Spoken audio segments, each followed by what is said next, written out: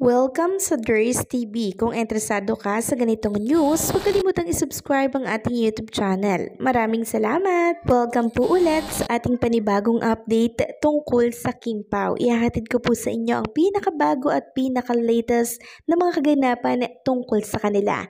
Kaya naman kung hindi ka pa subscriber ng ating channel, pindutin nyo na ang notification bell para lagi kayong updated sa mga balitang trending at napapanahon. So ayan, welcome back again sa ating YouTube channel mga Kim Pao. And for today's video, ang pag-uusapan po natin ay tungkol sa mga importanteng kaganapan kina Kim and Paolo Avellino. But before that, nais ko lamang pong i-flex sa inyo etong mga sinihan sa 4th week po ng My Love Will Make You Disappear. Sa Robinsons Manila Cinema, as of 3:20 PM mga ka-Kim Pao, ganito na po kadami ang tao. Dito naman po sa Santo Tomas SM, as of 1:30 PM, 4th week, marami din po ang tao mga ka-Kim Pao. Grabe, SM Tarlac ganun din po. Nakakatuwa naman yung pagsuportang binibigay po ninyo kina Kim and Paolo Avellino. Kaya patuloy po na ipinapalabas ito sa lahat ng sinihan worldwide kasi ang dami pa ding nanonood mga ka-Kim Pao. So, ang estimated po na gross nito mga ka-Kim Pao para sa akin lang 300 million. Okay na no? Ang laki na nun mga ka-Kim Pao. Estimated ko lang naman yun. 200 to 300 million.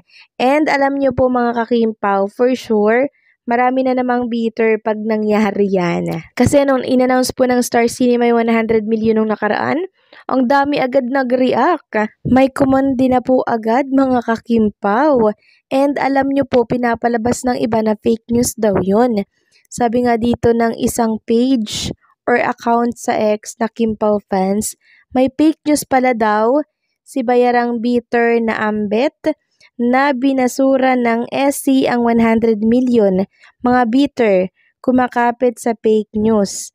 Sa dinami-dami kong na-screenshot na screening and I made my own estimate, sobra-sobra pa po sa 100 million. Kaloka ang mga bitter.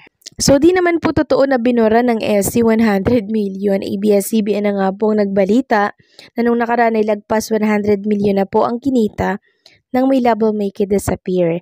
So, ilang week nang walang anunsyo ng kinita ng pelikula. Baka magulat na lang sila na, oh my God, 300 million to 400 million palang kinita ng My Love Will Make You Disappear. Kaya mag-antay-antay lamang sila sa magiging anunsyo po ng producer ng My Love Will Make You Disappear. And I'm sure kayong mga nakikinig ngayon, mga ka-Kim Pao, gustong-gusto nyo na pong malaman yung gross ng My Love Will Make You Disappear. 'Di ba? So, antay-antay lang tayo kasi sa mga susunod na week, baka mag-anunsyo na po ang Star Cinema. Next topic naman, pag-usapan natin mga ka-Kim Pao, yung napanood ko po kahapon sa bagong vlog na inilabas po ni Chinita Princess, and I'm sure alam nyo na po ito mga ka-Kim Pao. Yung tungkol po sa pagpuna nitong si Paolo Avellino kay Chinita Princess. Yes po, you heard it right. Pinuna po ni Paolo Avellino si Chinita Princess na wag daw pong maglalagay ng glitters dito sa baba po ng mata. Kasi instead daw po na ma-highlight yung mata, dun titingin sa mata, naaagaw daw ng atensyon ng glitters. So, hindi daw po maganda, hindi daw po kaaya-aya. So, ito po yung eksaktong sinabi ni Paolo Avellino, mga ka-Kim Pao. Sabi ni Paolo, syempre, pag tumingin ka daw sa tao, gusto mo tumingin sa mata. Pag may glitter, syempre, hindi ka nakatingin sa mata, hindi na siya kaaya-aya. Sabi naman po ni Kim, sana yung glitters, Heidi, itapon. So, ang cute ni Chinita Princess, no? Cool-cool lang siya pag pinagsasabihan siya ni Paolo Avellino. Unlike dun sa ibang partner, 'di ba, na pag pinagsasabihan, nagagalit hanggang sa mag-awayan na sila. So, pag si Paolo Avellino nangangaral, si Chinita Princess, cool-cool lang. Parang ginagawa niya lang pong biro. Pero syempre, si Chinita Princess, tinatandaan niya po yung mga ayaw ni Paolo Avellino. So, parang tatay figure si Paolo Avellino kung makapangaral, no? dito kay Chinita Princess. And eto nga po yung ilan sa mga komento ng Kim Pao fans.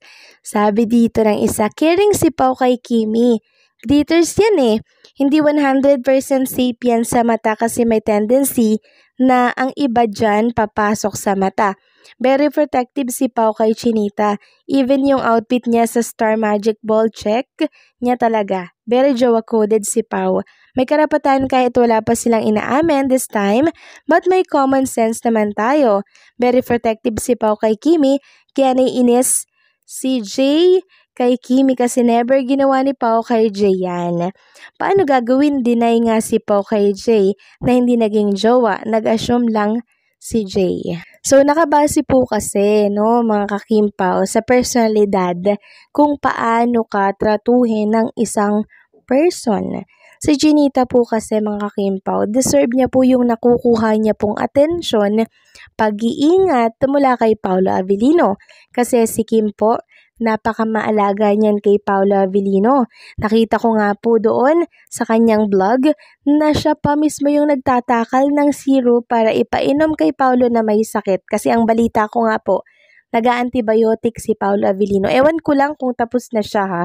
Kasi 7 days ata yung antibiotic, di ba? So, napaka-caring ni Chinita Princess. Kaya deserve talaga niya yung mga nakukuha niya pong atensyon from Paolo Avellino. Kaya wag sanang mainggit si Jay na hindi ito ginawa ni Paolo sa kanya kasi loving ba siya, caring ba siya, 'di ba? Maalaga din ba siya katulad ni Chinita Princess? Si Kim kasi sobrang maalaga, wala kang masasabi diyan mga kakimpaw. Kaya napakaswerte po ni Paolo Avellino dahil meron na siyang jowa.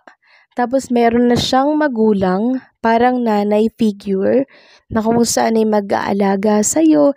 'Di ba? Parang kompleto ka na eh. Parang wala ka nang hahanapin, nasa kanya na po lahat, 'di ba?